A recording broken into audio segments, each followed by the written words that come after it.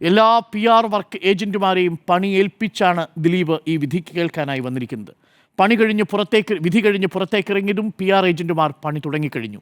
വലിയ രീതിയിലുള്ള PR പ്രവാഹമാണ് നമ്മൾ സമൂഹ മാധ്യമങ്ങളിലൂടെ കാണുന്നത്. തീർച്ചയായും അതുണ്ടാവുമെന്ന് നമ്മൾ പ്രതീക്ഷിച്ചതാണ്. കാരണം ദിലീപ് ഒരു നിസ്സാരക്കാരനല്ല. ഈ കേസിൽ പ്രേക്ഷകർ മനസ്സിലാക്കണം, ദിലീപ് എന്ന് പറയുന്ന ഒരു നടൻ മലയാള ചലച്ചിത്ര ലോകത്തിലെ സർവ്വശക്തനായിരുന്നു. നിർമ്മാണ മേഖലയിൽ, സംവിധാന മേഖലയിൽ, ഒപ്പം സിനിമയുടെ എക്സിബിഷനുമായി ബന്ധപ്പെട്ട പ്രദർശനവുമായി ബന്ധപ്പെട്ട സംഘടനകളിൽ, നടന്മാരുടെ സംഘടനയിൽ എന്നു തുടങ്ങി സിനിമയുടെ A to Z ദിലീപിൻ്റെ സാന്നിധ്യമുണ്ടായിരുന്നു. അതുകൊണ്ടൊരു വലിയ നെറ്റ്വർക്കായിരുന്നു അത്.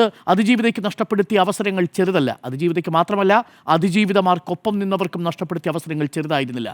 അതുകൊണ്ട് തന്നെ ഇതൊരു പ്രീ പ്ലാൻഡ്, പ്രീ സ്ക്രിപ്റ്റഡായ ഒരു ഡയലോഗ് പോലെയാണ് ദിലീപ് വന്നത് മാധ്യമങ്ങളുടെ മുന്നിലേക്ക് ഈ കാര്യങ്ങൾ അവതരിപ്പിക്കുന്നത്. യഥാർത്ഥത്തിൽ മഞ്ജു വാര്യരോടും ഈ നടിയോടും ഒപ്പം നിന്നവരോടും ആ വൈരാഗ്യവും വിദ്വേഷവും എത്രയുണ്ട് എന്നുള്ളത് വളരെ കൃത്യമായി പ്രതിഫലിക്കുന്നതായിരുന്നു ദിലീപിൻ്റെ പ്രതികരണം. യഥാർത്ഥത്തിൽ അതാണോ സംഭവിച്ചത്?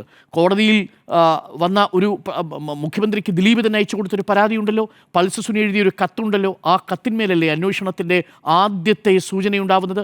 ആദ്യം ഈ അന്വേഷണം ദിലീപിലേക്ക് പോകുന്നതും അവിടെ മുതലല്ലേ?